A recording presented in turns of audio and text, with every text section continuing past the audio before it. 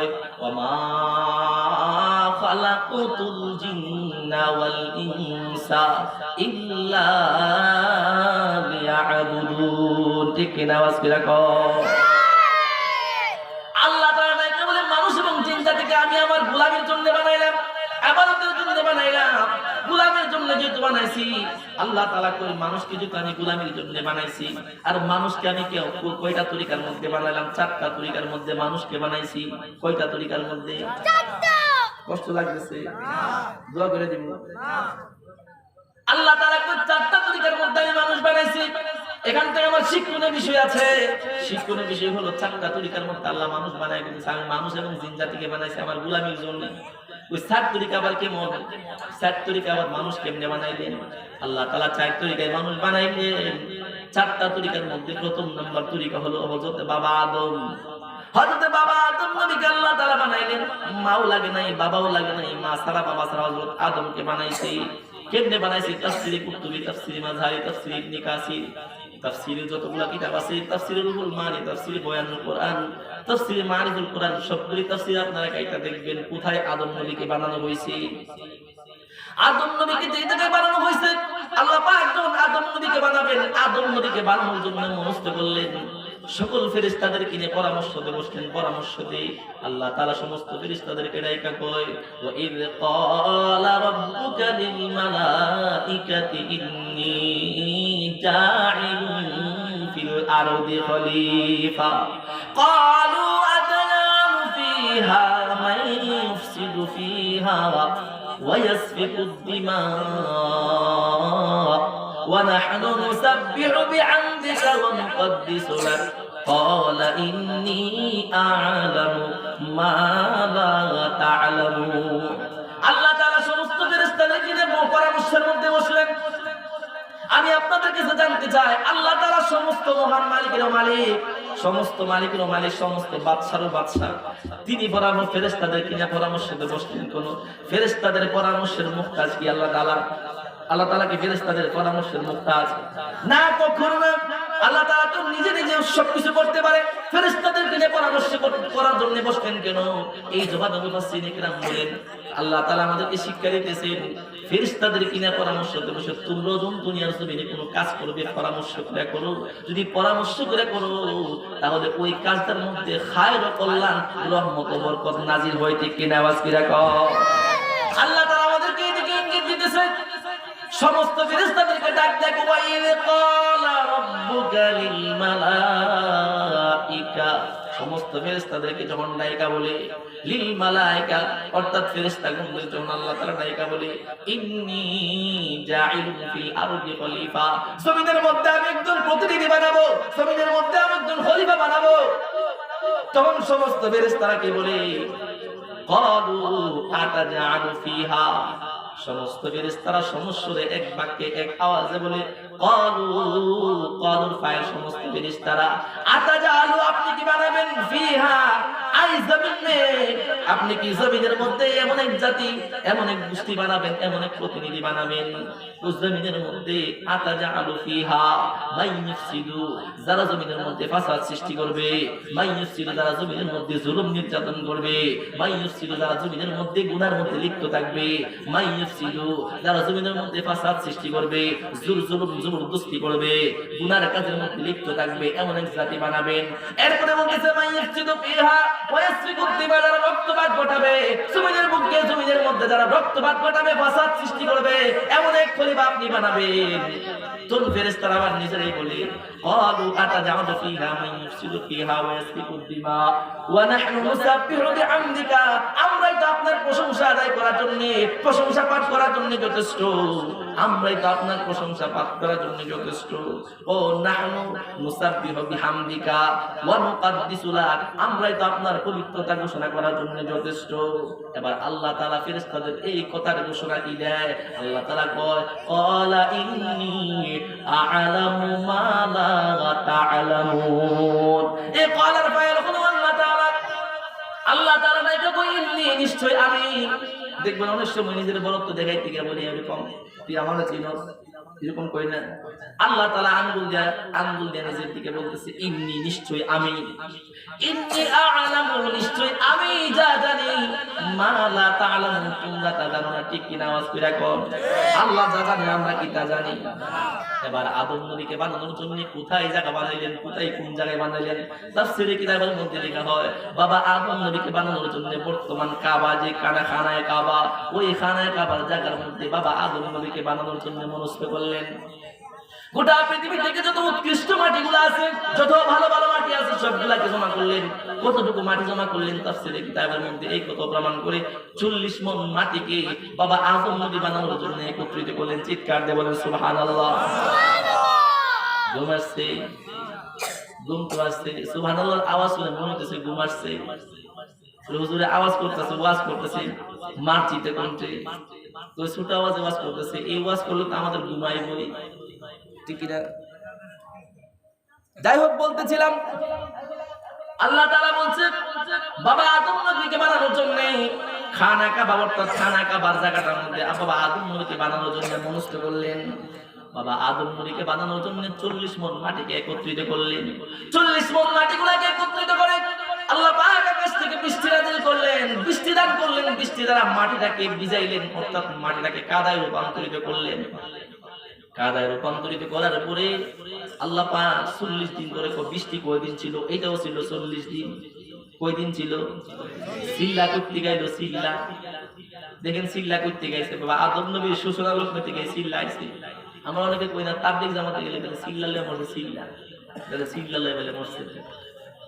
যাই হোক, বলতে চাই বাবা আদম নবীকে বানানোর জন্য 40 দিন পর্যন্ত আকাশ থেকে বৃষ্টি নাযিল করে মাটিটাকে কাদায় রূপান্তরিত করছেন। কাদায় রূপান্তরিত করার পরে 40 দিন পরে বৃষ্টি যখন বন্ধ করে দিল, আকাশ থেকে রুদ্রের মাধ্যমে এই কাদাটাকে হামিরা তৈরি করলেন। হামিরা কি তৈরি করলেন? রুটি বানানোর জন্য যে কাই তৈরি করা হয়, হামিরা তৈরি করা হয়। ওইরকম ঈদ বানানোর জন্য দেখবেন এক জায়গা থেকে মাটি গাই নেন, এক জায়গায় কুচা করে পিলা দেয়, ওই জায়গা থেকে আবার পানি দিয়ে কুবাইয়া নরম করে আরেকবার মেশিনের মধ্যে ফেলায়। মেশিন থেকে ফেটতে হয়তো হামির আকার তৈরি করে হরমার মধ্যে সারে যেমনি দিয়ে এমনি সোজা ঠিক কিনা আওয়াজ করে মাটিটারে ওরকম হামির আকারে তৈরি করলেন। হামির আকারে তৈরি করার পরে আল্লাহ পাক ফেরেশতাদেরকে নির্দেশ দিয়ে, ও আমার ফেরেশতারা, তোমরা আমি আল্লাহর খলিফা প্রতিনিধিকে, তোমার আল্লাহর প্রতিনিধি খলিফার হাতটা এভাবে বানাও, পাটা এভাবে বানাও, বডিটা এভাবে বানাও, চক্ষুটা এভাবে বানাও, মাথাটা এভাবে বানাও। নির্দেশ যেভাবে দিলেন সেভাবেই বানাইলো। বানানোর পরে দেহটা যখন হয়ে গেল, দেহটা যখন দেহ আকার রূপ ধারণ করলো, আল্লাহ পাক রব্বুল আলামিন এই দেহটাকে শুকানোর জন্য আকাশের রুদ্রতে সূর্যের তাপের পাওয়ার বাড়ায়া দিল। সূর্যের তাপের পাওয়ার বাড়ায়া দিল। কতটুকু বাড়াইলো? এটা কতটুকু বাড়াইলো এটা তাফসীরে কিতাবে বর্ণনা করে নাই। ও বাড়াই দিছে যে বাড়ানোর সীমাটা কতদিন ছিল, এটা তাফসীরে কিতাবের মধ্যে আছে। তাফসীরে কিতাবের মধ্যে লেখে সূর্যের পাওয়ার যে বাড়াই দিছে, ওই পাওয়ারটা ছিল দীর্ঘ 40 দিন পর্যন্ত। 40 দিন পর্যন্ত রৌদ্রে শুকাইছে। কই দিন পর্যন্ত? 40 দিন পর্যন্ত রৌদ্রে শুকাইছে। রৌদ্রে শুকাইয়া দেহটা যখন কনকনা হয়েছে, কনকনা কি হইছে? কনকনা হইছে।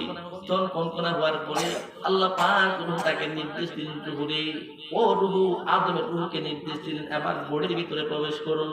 বডির ভিতরে প্রবেশ করার জন্য যখন নির্দেশ দিলেন, রূহটা বডির ভিতরে গিয়ে বডির ভিতর থেকে বের হয়ে আসে। আবারও বললেন রূহের ভিতরে প্রবেশ করো, আবারও বডির ভিতরে গিয়ে বের হয়ে আসে। আবারও বললেন তুমি ভিতরে যাও, আবারও বডির ভিতর থেকে বের হয়ে আসে। তিনবার যখন বডির ভিতর থেকে রূহটা বের হয়ে আসে, তিনবার বের হয়ে আসার পরে রূহের ডাক দেখো আল্লাহ তাআলা, হে রূহ, তোমাকে নির্দেশ দিলাম বডির ভিতরে যাওয়ার জন্য, তুমি যে বারবার বডির ভিতর থেকে বের হয়ে আসো, কারণ কি? এবার জবাব দেই, মালিক আমার, আমি যখন বডির ভিতরে যাই, আমি রূহকে বানাইলা তুমি নূর দ্বারা। কি দ্বারা? এখান থেকে আমরা কি বুঝলাম? আমাদের রূহটা কিসের তৈরি? আমাদের রূহটা কিসের তৈরি? আমাদের রূহটা নূরের তৈরি। আমাদের দেহটা মাটির তৈরি। বাবা আদমের দেহ মাটির তৈরি, বিদায় বাবা আদমের সন্তান আমরা। বাবা যে বাবাকে যেভাবে বানাইছে, বাবার সন্তান হিসেবে আমরাও মাটির তৈরি। ঠিক কি না? আওয়াজ করে কর।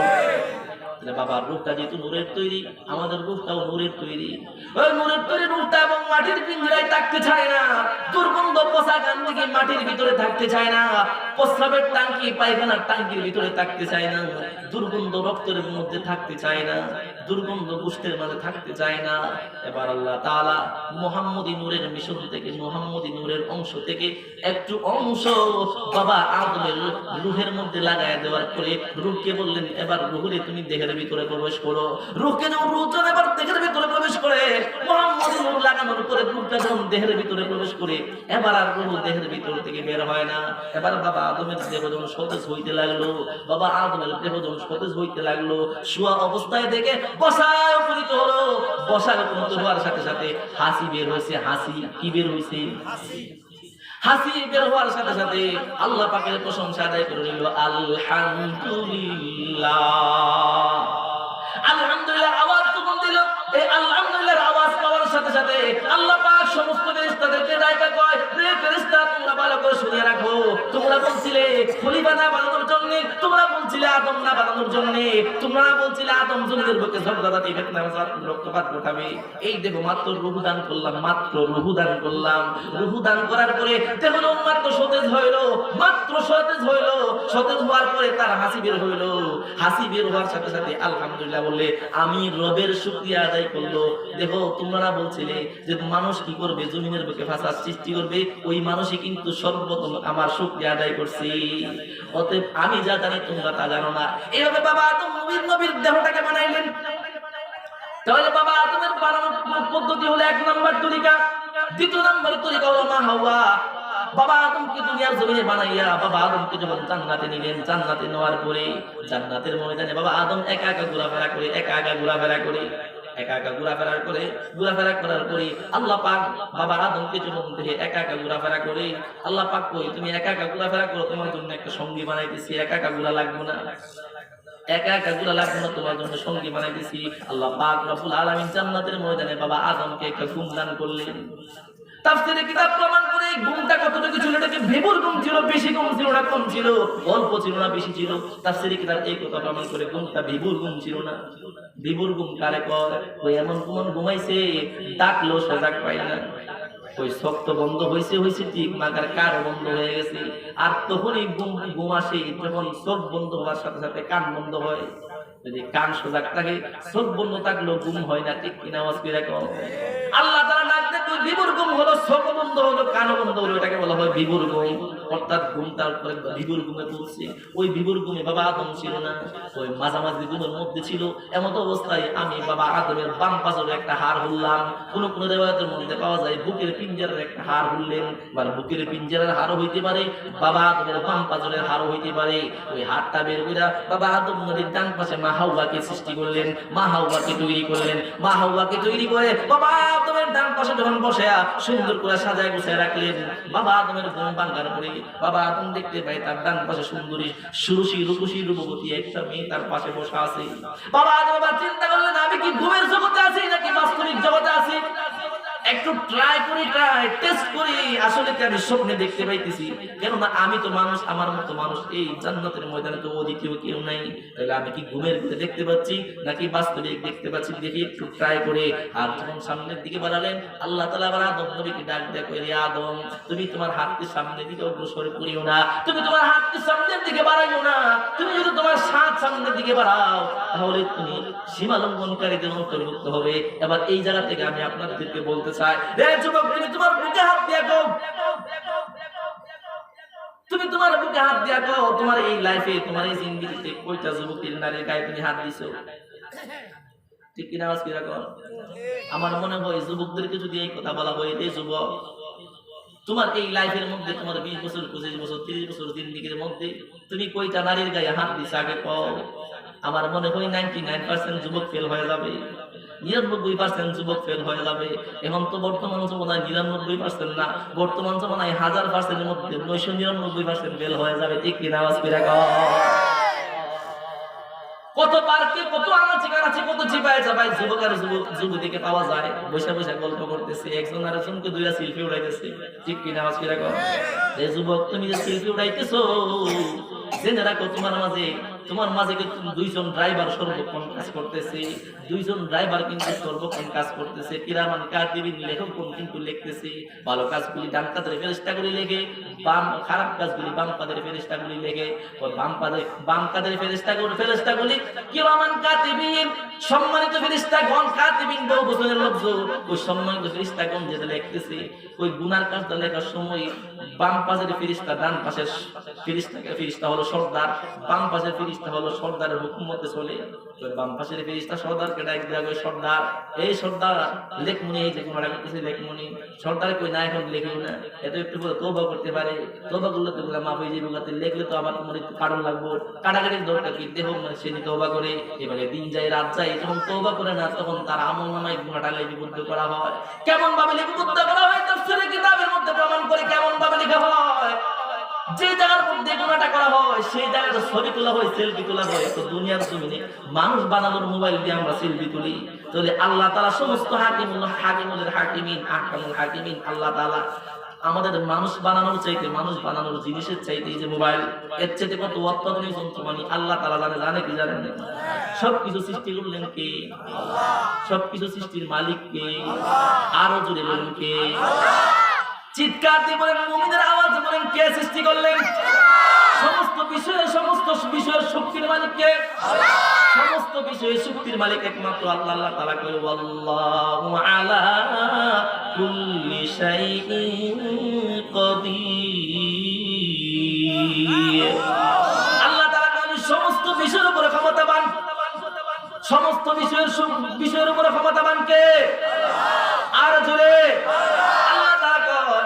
সমস্ত বিষয়ের উপর আমি ক্ষমতাবান। তোমরা মানুষ মোবাইল বানাইতে পারো, সেলফি বানাইতে পারো, আমি কি পারবো না? আল্লাহ তাআলা তোমার জায়গাটা সহ, চিত্রটা সহ, যে জায়গা যে গ্রাম অমুকের বেটা অমুক লেখা ছাড়া সেলফি উড়াই রাখে, কাল কিয়ামতের ময়দানে যেন অস্বীকার না করতে পারবো। ওই যে আমার আয়াতের মধ্যে আল্লাহ তাআলা বলেছেন মালি হাযাল কিতাব, এটা কেমন আমলনামা রে, যে আমলনামার মধ্যে লা ইউগাদিরু ছেড়ে দেওয়া হয় না সগীরাতান সগীরা গুনাহ ওয়ালা কাবীরাতান কবীরা গুনাহ, ছোট্ট একটা গুনাহ ছেড়ে দেওয়া হয় নাই, বড় একটা গুনাহ ছেড়ে দেওয়া হয় নাই। এখান থেকে এই কথাও আসছে বিপরীত কথা, ছোট্ট একটা আমলও ছেড়ে দেওয়া হয় নাই, বড় একটা আমলও ছেড়ে দেওয়া হয় নাই। অর্থাৎ আমার জীবনের সব কিছু এই আমলনামার মধ্যে লেখা আছে। এবার আমি আপনাদের কাছে বলতে চাই, বর্তমান জামানায় এই যে মা হাওয়ার দিকে বাবা আদম হাত বাড়াইছে, এখান থেকে যদি আমি আপনাদের কাছে সামনে কিছু কথা তুলে ধরি, যুবকরা আমাদের সন্তানেরা কিরকম হয়েছে, আমাদের সন্তানরা আজকে কিরকম হয়েছে। ছেলে সকালবেলা ঘর থেকে বের হইল, সন্ধ্যা পর্যন্ত ছেলে কোথায় ছিল বাবা খবর নেয় না। মেয়েটা সকালবেলা ঘর থেকে বের হইলে সন্ধ্যা পর্যন্ত মেয়েটা বাইরে ছিল, মা খবর নেয় না। এই যে খবর নিল না, বাবাও খবর নিল না, মা খবর নিল না। খবর না নেওয়ার পিছনে কারণ হলো মা, মেয়ের খবর যদি মা নেই, তাহলে মেয়ে যদি উল্টা জিজ্ঞাসা করে কয় মা গো তুমি যে দুলান বাজারে গিয়া এই দীর্ঘক্ষণ সময় কাটায় আছো, তুমি কোথায় ছিলা? এবং দেখা যায় মাও ধরা মেয়েও ধরা, এর লেগা মেয়েও কই না, মাও মেয়েরে কই না, মেয়েও মারে কয় না। বাবা যদি ছেলের জিজ্ঞাসা করে কিনেছে একবার তুই কোথায় ছিলি, সকালবেলা ঘর থেকে বের হইলি, সন্ধ্যা পর্যন্ত তুই বাড়ির বাইরে ছিলি। এবার ছেলে যদি উল্টা জিজ্ঞাসা করে বাবা গো তুমি যে অপর বাড়ির চাচির সঙ্গে বসে বসে গল্প করছিলা, এটা তো তুমি আমার জিজ্ঞাসা করো নাই, তো আমি যে ঘোরাঘুরি করলাম তোমার জিজ্ঞাসা করবো কেন? এই প্রশ্ন যদি আমার উল্টা জিজ্ঞাসা করা হয় তাহলে আমি কি জবাব দিব? এই জন্য বাবাও ছেলে জিজ্ঞাসা করে না, মাও মেয়ের জিজ্ঞাসা করে না, বাপ যে মার কাছে রহি মার কাছে ঠিক কিনা আওয়াজ করে গো। এই জন্য আল্লাহওয়ালারা বলেন তেঁতুল গাছে আম ধরে না, আম গাছে তেঁতুল ধরে না, ঠিক কিনা আওয়াজ করে গো। না আপনাদের যেমন মনে ধরে, আপনাদের এলাকায় মনে ধরে। যেমন বেটা তেমন পোলা, যেমন বেটি তেমন মা, যেমন মা তেমন বেটি, ঠিক কিনা আওয়াজ করে গো। যেমন বেটি তেমন মা, যেমন মা তেমন বেটি, যেমন বেটা তেমন বাবা। তো বলতে চাই এখান থেকে যদি আমি আপনাদের কাছে বলি, আজকাল আমাদের সামনে এমন একটা জমানা আসছে, যে জমানাটার মধ্যে নিজের ঈমানটাকে ধরে রাখার জন্য খুবই কষ্টকর হয়ে গেল।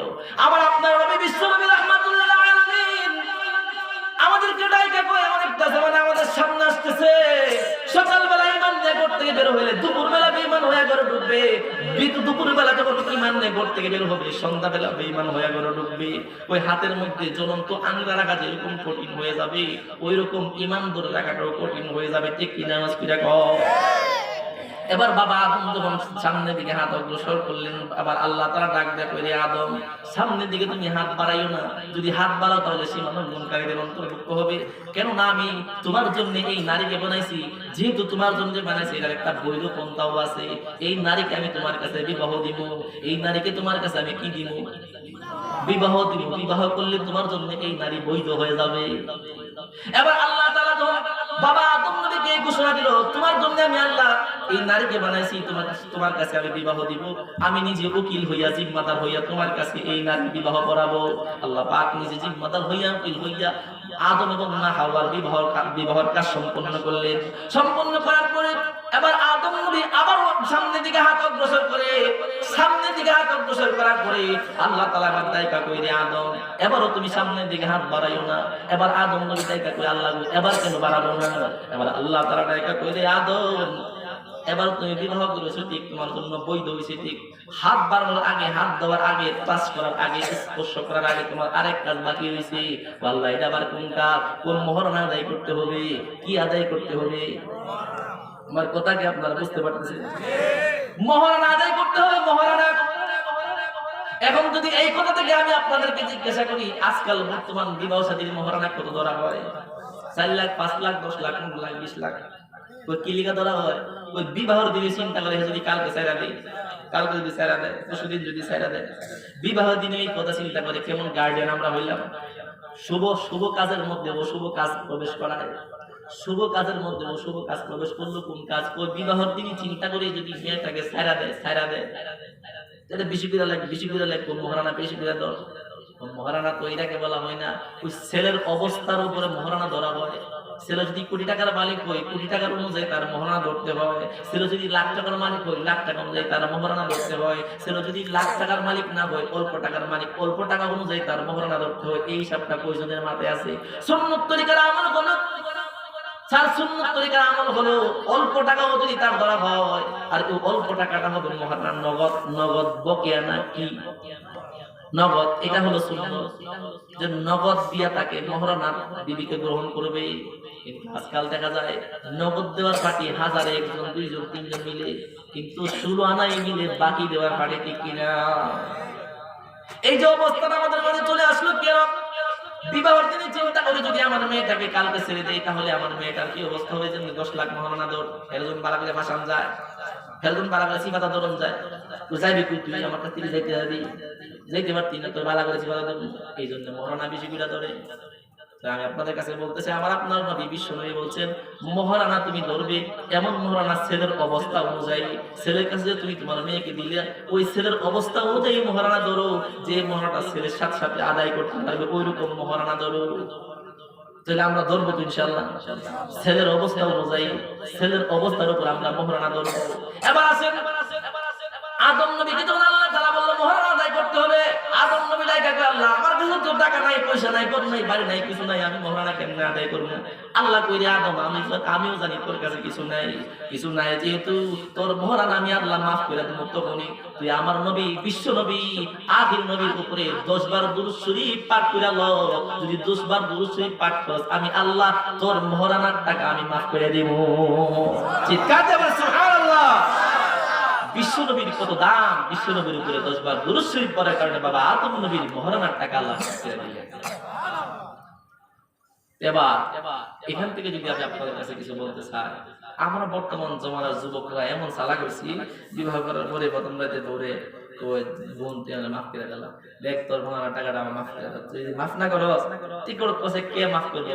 আচ্ছা তুই যত মাফ না করবো ততক্ষণ পর্যন্ত তোর ফায়াদের বয়ে থাকবো। আসলে ফায়াদের বয়ে কথা কইতেছে আর কি, তোর ফায়াদের বয়ে থাকবো যতক্ষণ পর্যন্ত তুই মাফ না দিবি, ততক্ষণ পর্যন্ত তোর ফা ছাড়তাম না। বই আগে তুই মাফ কর। কি করবে সারা বেটি কষ্ট হইলে হইলো, এই বিপদে হইলো মাপ দেওয়ার লাগে, সময় বাধ্য হইয়া সময়ে দিল থেকে না মুখ দিয়ে বুঝাইছে। আচ্ছা যাও তুমি, পারলে দিও, না পারলে না দিও। আচ্ছা যাও, পারলে দিও, না পারলে এই গুজামিল দিয়ে কোন মতে সামনের দিকে আগায় যাওয়া। এই যে গুজামিল দিলেন, এই যে সালাকি করলেন, সালাকি করে নিজের পায়ে নিজে কুড়াল মারলেন, এই সালাকি করে বাঁচতে পারলেন না, কাল কিয়ামতের ময়দানে আল্লাহ তাআলার কাঠগড়ায় কিন্তু আসামির বেশে দাঁড়াবে যেতে হবে। আমরা যারা এখনো পর্যন্ত বৃদ্ধ হয়ে গেছি বাবারা, আমি আপনাদেরকে অনুরোধ করে বলতে চাই, আপনারা আপনাদের বিবির মহারানার টাকা আগে আদায় করেন। টাকা দিতে পারেন না, জায়গা দিতে পারেন না, গরু বাছুর দেন। আপনার মিল ফ্যাক্টরি, কারখানা আছে, দোকান আছে, জায়গা আছে, সম্পত্তি আছে, 200 জায়গার মালিক বানাই দেন, 500 জায়গার মালিক বানাই দেন। যদি এইটা না করে যান, মহারানার টাকা যদি আপনি তার কাছ থেকে না দিয়া যান, কবরে গেলে আযাব করতে হবে। এবার সামনে দিকে বললাম, আল্লাহ পাক তোমার আদম নবীকে বললেন 10 বার দুরূদ শরীফ পড়ো, 10 বার দুরূদ শরীফ পড়লে তোমাকে আর তোমার মহারানার টাকা আমি মাফ করে দেব। 10 বার দুরূদ শরীফ পাঠ করার পরে আল্লাহ পাক মা হাওয়ার মহারানা মাফ করে দিয়েছে। মাফ করে দেওয়ার পরে বাবা আদম নবী আবার মা হাওয়ার দিকে তাকায়, দেখে এত সুন্দর, এত রূপবতী, সুরসী, গুণবতী মেয়ে। আল্লাহ তাআলাকে ডাকা কই, আল্লাহ গো এত সুন্দর করে তুমি হাওয়াকে বানাইলা, আর আমাকে বানাইলা, এত বেশি করে এটা হইতে পারে না। এত সুন্দর কেন করলে, কেন করে বানাইলা? এখানে তাফসীরে কিতাবের বুখারীর মধ্যে লিখে, তাফসীরে সহিহুল বুখারীর মধ্যে লিখে, ওই মা হাওয়াকে 40 থেকে 42 জোড়া জিনিসপত্র দিয়ে সাজাইছে। তাও আবার কোন জিনিস? দুনিয়ার জিনিস না, জান্নাতি জিনিস। জান্নাতি জিনিসের দাম কত? জান্নাতি স্বর্ণের দাম কত? দুনিয়ার স্বর্ণের দাম কত? দুনিয়ার জিনিস কই? দুনিয়াতে যে পুরুষরা স্বর্ণ ব্যবহার করবে, যে পুরুষরা, পুরুষদের জন্য স্বর্ণ করা হারাম, স্বর্ণ করা পুরুষদের জন্য স্বর্ণ করা হারাম। যে পুরুষরা দুনিয়ার জমিনে স্বর্ণ ব্যবহার করবে, জান্নাতের ময়দানে তারা স্বর্ণের গ্রামও পাবে না। আর যে পুরুষরা আল্লাহর জন্য স্বর্ণ ব্যবহার করাকে হারাম মনে করবে, হারামকে হারাম মনে করে স্বর্ণ ব্যবহার করবে না, আল্লাহ পাক ওই সমস্ত পুরুষদেরকে জান্নাতে স্বর্ণ পরাবে। জান্নাতে স্বর্ণ পড়তে প্রস্তুত আছেন তো ইনশাআল্লাহ? আংটি হোক, সিন হোক, আংটি হোক, সিন হোক, স্বর্ণ ব্যবহার করা পুরুষদের জন্য হারাম।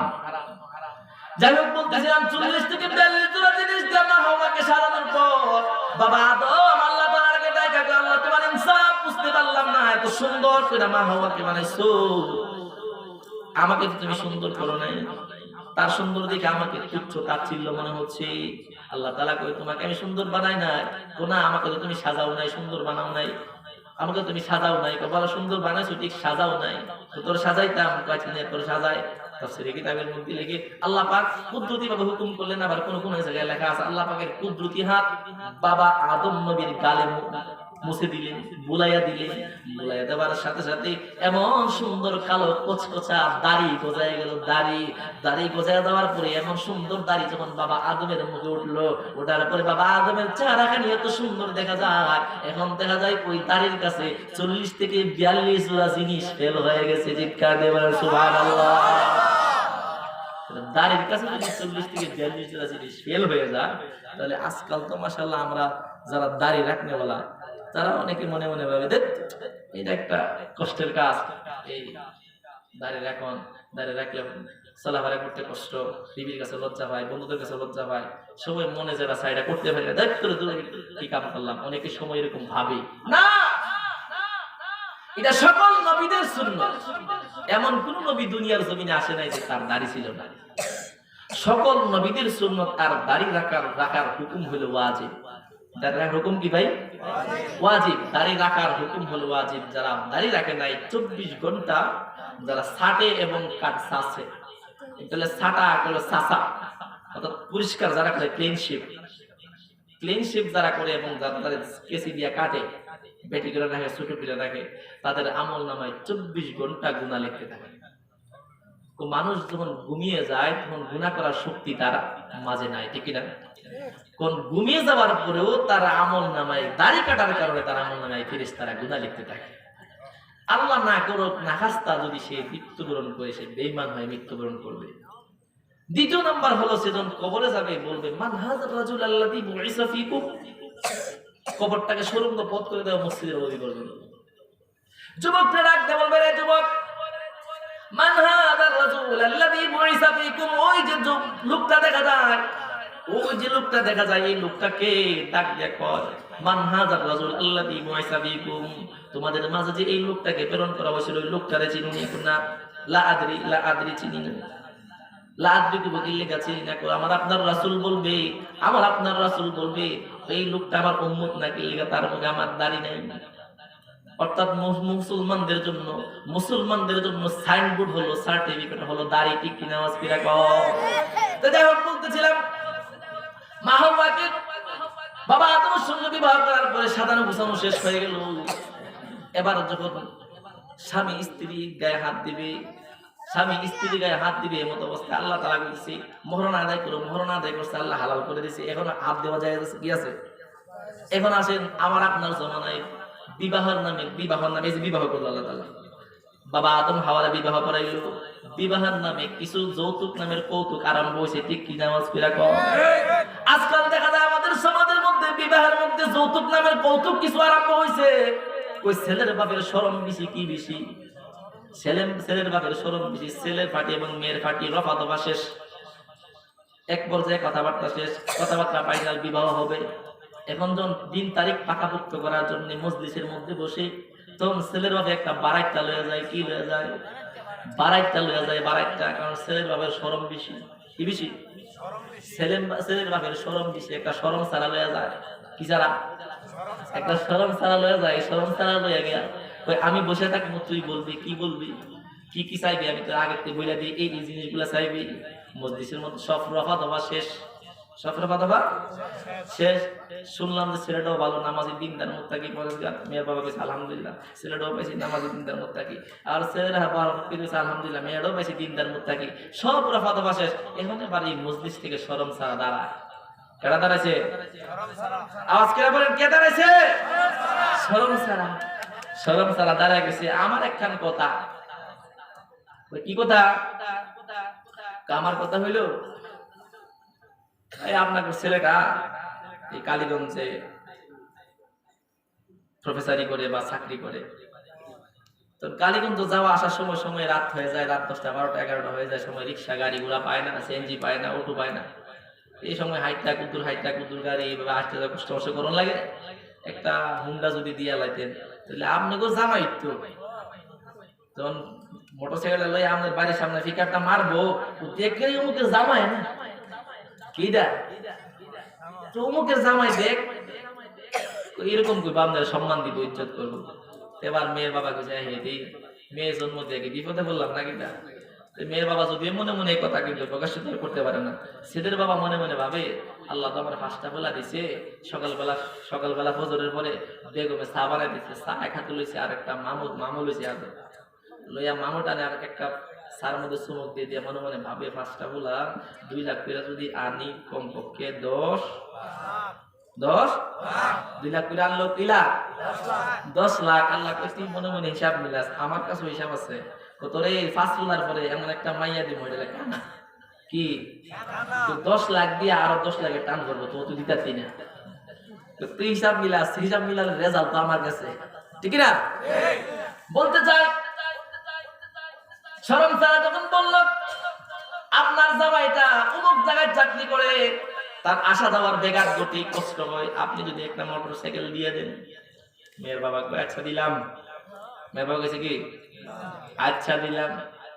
শরম ছাড়া আবার আমার আরেকখান কথা, মেয়ের বাবা কই আরেকটা কথা কি না জানি, আল্লাহ জানে কোন বিপদ ভালায়, মনে মনে কইতেছে আল্লাহ বাঁচাও তুমি, আল্লাহ তুমি বাঁচাও, আল্লাহ তুমি বাঁচাও, মনে মনে যদিও বাঁচাও কয়, কিন্তু বাঁচানোর তো অবস্থা হেরে নাই।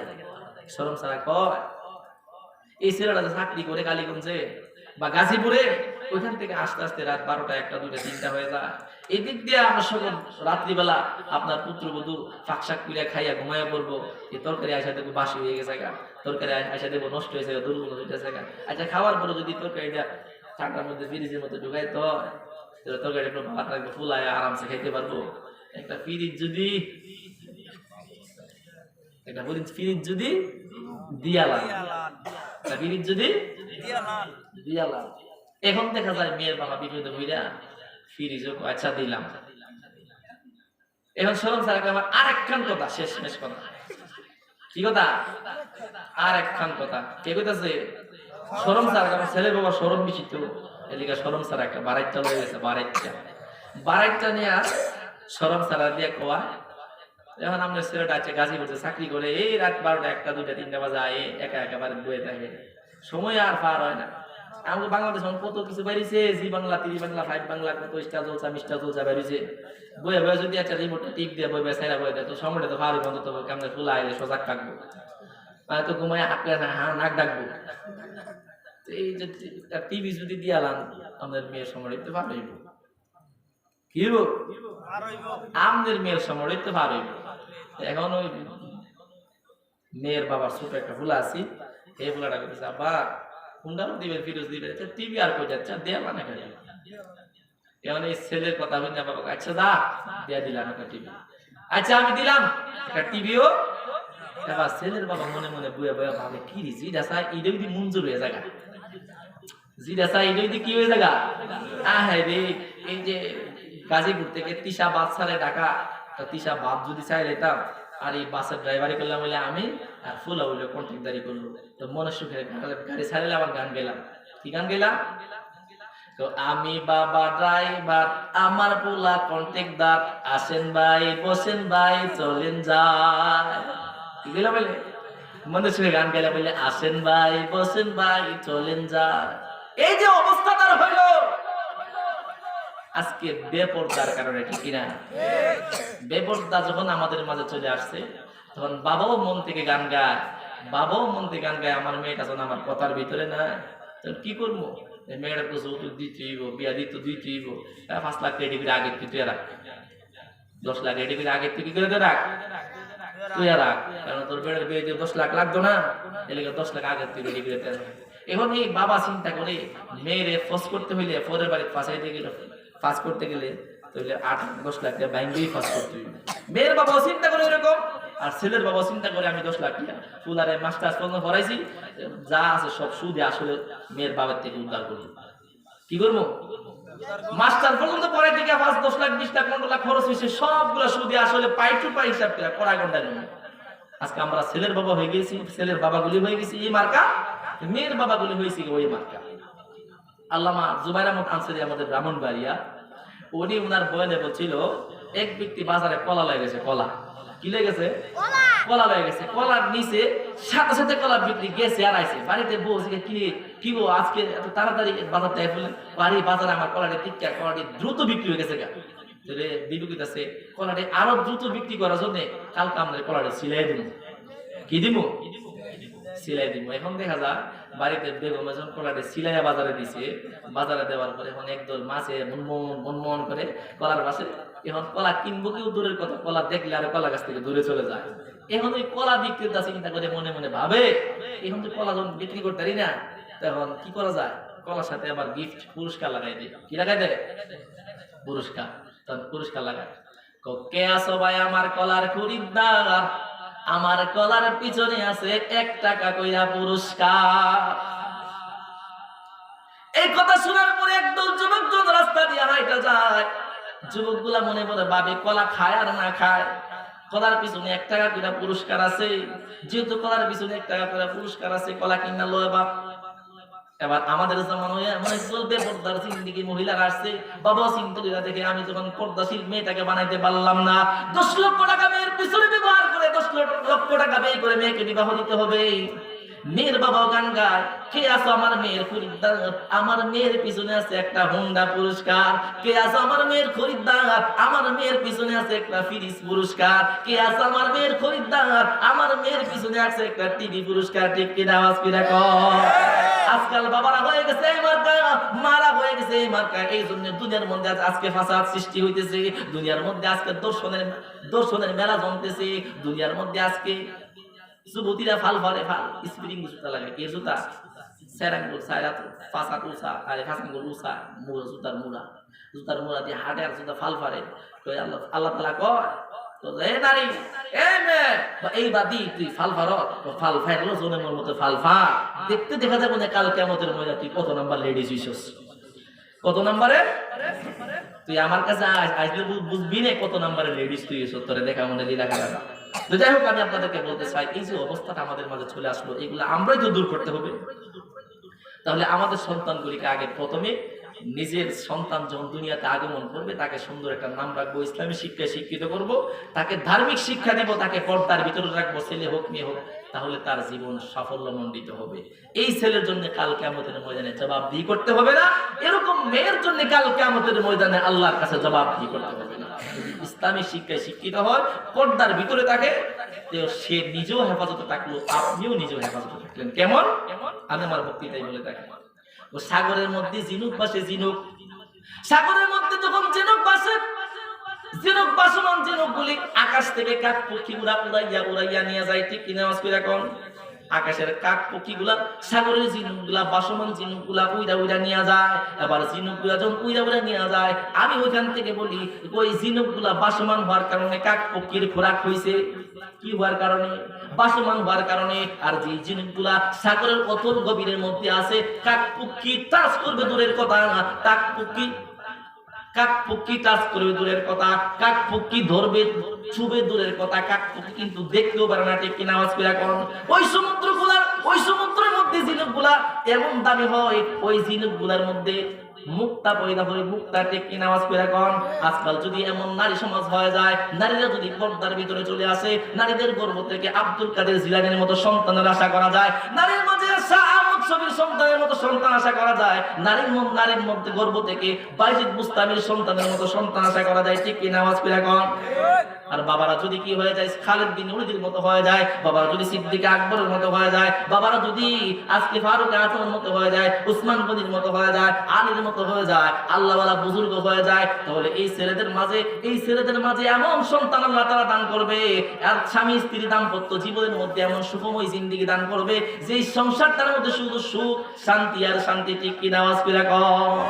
তো দুনিয়া তো আপনি সাফল্য মণ্ডিত হইলেন, পরকালে আপনি সাফল্য অর্জন করলেন। দুনিয়া তো আপনি যে আপনার জিন্দেগিটা সোনার অক্ষরে লেখা থাকলো, আপনার জিন্দেগিটা স্বর্ণের পাতায় লেখা থাকলো, কাল কিয়ামতের ময়দানে আপনি জান্নাতের সার্টিফিকেট লইয়া জান্নাতের মালিক, জান্নাতের উত্তরাধিকারী হয়ে গেলেন, ঠিক কিনা আওয়াজ করে এখন? যারা দুনিয়ার জমিনে বেপরদাগিরি হয়ে থাকলো, বেপরদার মধ্যে চললো, তারা দুনিয়ার জমিনে কয়েক প্রকারে লাঞ্ছিত অপমানিত হয়, কয়েক প্রকারের। এক নাম্বার প্রকার হলো দুনিয়ার জিন্দেগি তাদের অসুখ বিসুখে ঘিরে রাখবো, অসুখ বিসুখে ঘিরে রাখবো, তাদের ইজ্জত কম থাকবে, তাদের দাম কম থাকবে, সামনে দেখলে সালাম, পিছনে দাঁড়াতি, বুঝলেন? তাদের দুনিয়ার জিন্দেগিতে এমন মার্ক হইব, সামনে দেখলে আসসালামু আলাইকুম, পিছনে তাকে লাথি দেয়। দুনিয়ার জিন্দেগিতে এমন কিছু রোগ ব্যারাম তাদেরকে ধরে রাখবে, মৌত পর্যন্ত এই রোগ ব্যারামগুলি তাদেরকে বড় জটিল কঠিন রোগ সমস্যা তাদেরকে ঘিরে ধরে রাখবে। তাদের কাছে ইজ্জত বলতে কিছু থাকবে না, তাদের কাছে হায়া বলতে কিছু থাকবে না, লজ্জা শরম বলতে কিছু থাকবে না। সব সময় তারা অপমান অপদস্থ সব জায়গায় হতে থাকবে। তাদের ব্যবসা বাণিজ্যের মধ্যে খায়ের বরকত থাকবে না, তাদের কামাই রুজির মধ্যে বরকত থাকবে না, তাদের ইনকামের মধ্যে কোনো বরকত থাকবে না। তারা সদা সর্বদাই আল্লাহ পাকের নাফরমানি বান্দাদের লিস্টের মধ্যে তাদের নাম ওঠা থাকবে। দুনিয়ার থেকে সে বেঈমান হয়ে যাবে, বেঈমান হয়ে মৃত্যুবরণ করবে। কাল কিয়ামতের ময়দানে চিরস্থায়ী আবাদের জন্য জাহান্নামের উত্তরাধিকারী হয়ে দুনিয়া থেকে যাবে। তাহলে এই অবস্থাটা আমাদের তো পরিবর্তন করতে হবে, ঠিক কিনা? তৃতীয় নাম্বারের তরিকা হলো মানুষ সৃষ্টি করা। তৃতীয় নাম্বারের তরিকা হলো যদি ঈসা পয়গম্বরকে আল্লাহ তাআলা সৃষ্টি করলেন বাবা ছাড়া মার মাধ্যমে। কার মাধ্যমে? বাবা ছাড়া মার মাধ্যমে ঈসা পয়গম্বরকে সৃষ্টি করলেন। মানুষ বানানোর তৃতীয় নাম্বার তরিকা হলো বাবা ছাড়া মার মাধ্যমে আল্লাহ তাআলা মানুষ বানাইলেন। চতুর্থ নম্বরের তরিকা হলো মা এবং বাবার সমন্বয়ে।